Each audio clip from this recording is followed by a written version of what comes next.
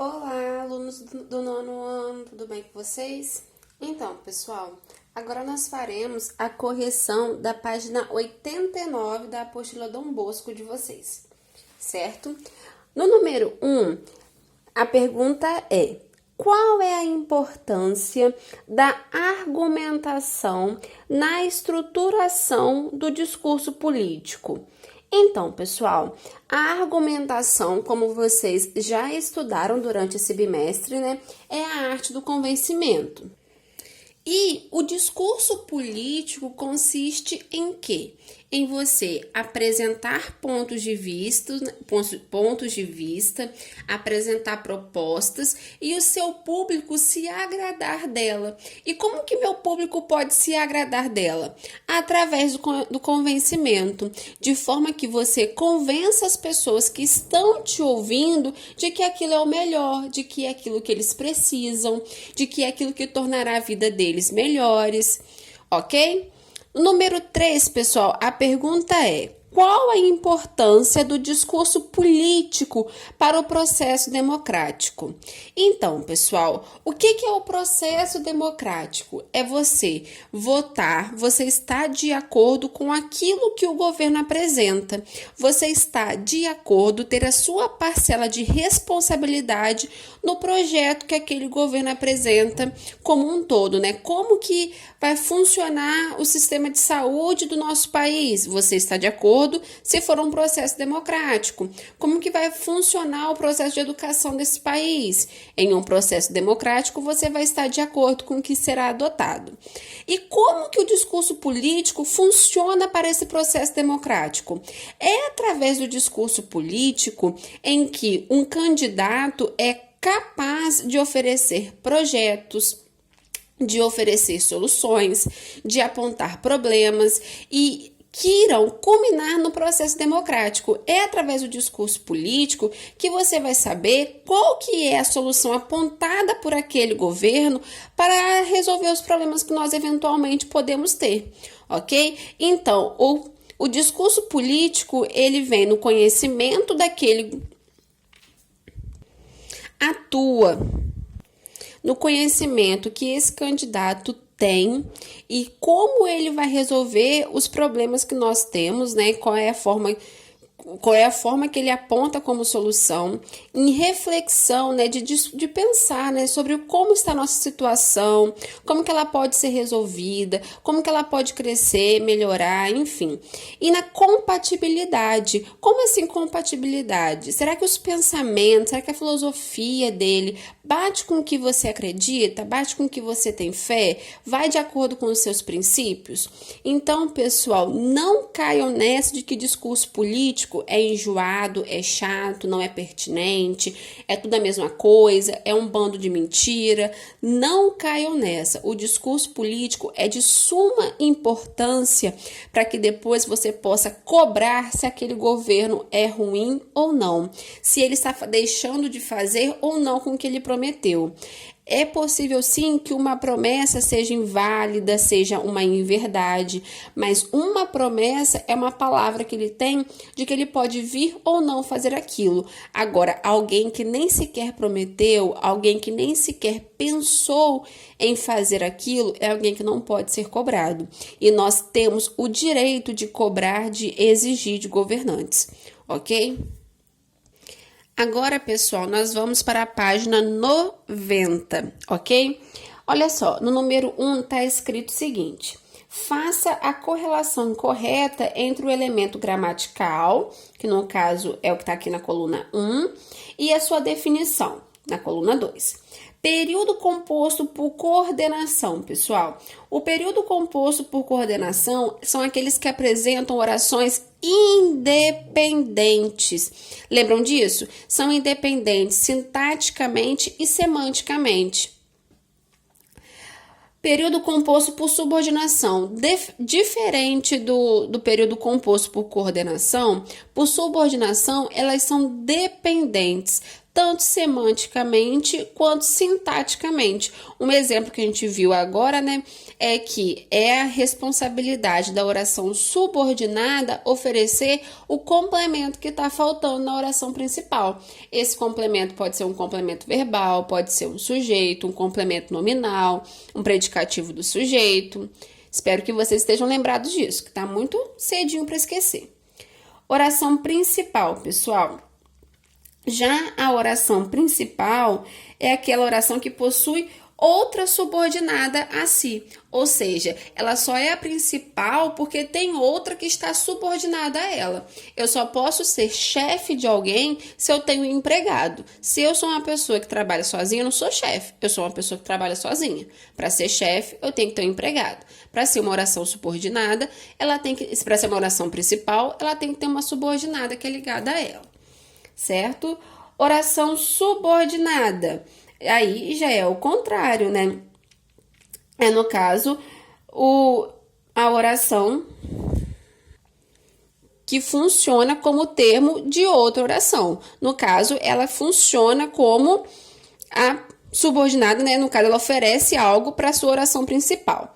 E depois, a conjunção.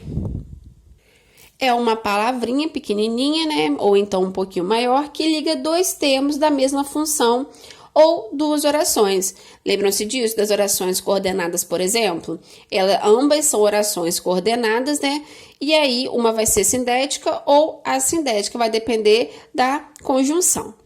Número 2, crie períodos compostos. O que é um período composto, pessoal? Um período que apresenta duas ou mais orações. Por subordinação, para os períodos simples. O que é um período simples? Um período que só tem uma oração. A seguir, faça as alterações necessárias na frase. Letrinha B. Preciso de sua ajuda vindo à minha casa. Olha só. Preciso, uma oração. Que você venha, duas orações, à minha casa. A gente coloca conjunção que e transforma essa parte aqui, olha, em um outro verbo, que no caso aqui se transformou em venha. Ok, pessoal?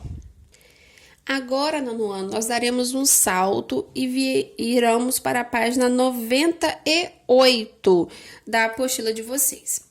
Certo? Aí nós temos uma tirinha, né? E a tirinha tá escrito o seguinte, assim, ó. Temos duas criancinhas com um paizinho delas. Pai, lê aquele conto de fadas para a gente dormir? O pai responde que claro, e aí começa. Todo brasileiro tem direito à moradia. Repare que eles estão aonde? Embaixo de uma ponte. Isso significa o quê? Esse pessoal tem uma moradia? Esse pessoal tem casa? Não. Identifica-se na charge referência ao gênero conto. Por que referência ao gênero conto, pessoal? Que no caso aqui, ele está pedindo o quê? Um conto de fadas, ok? E uma crítica social. Qual que é a crítica social? Eles estarem embaixo da ponte, no caso o quê? Não terem casa.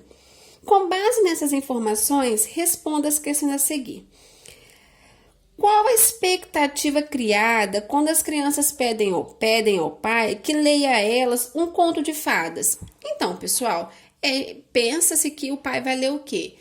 A Bela e a Fera, Chapeuzinho Vermelho, alguma história desse tipo, né?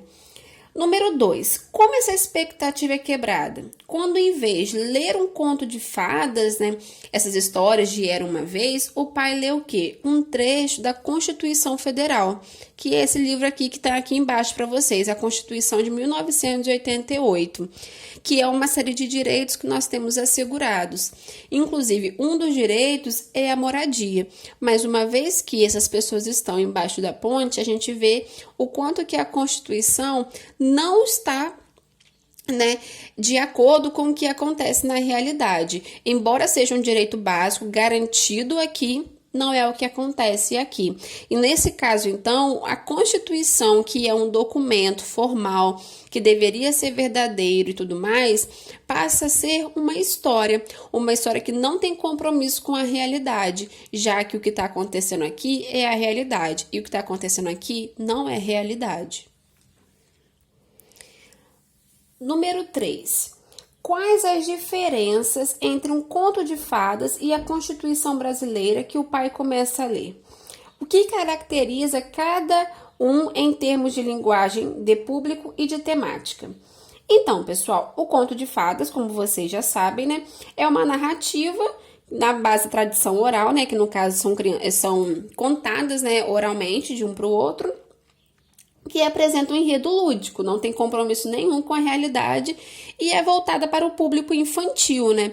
Os contos de fadas geralmente são contados para crianças.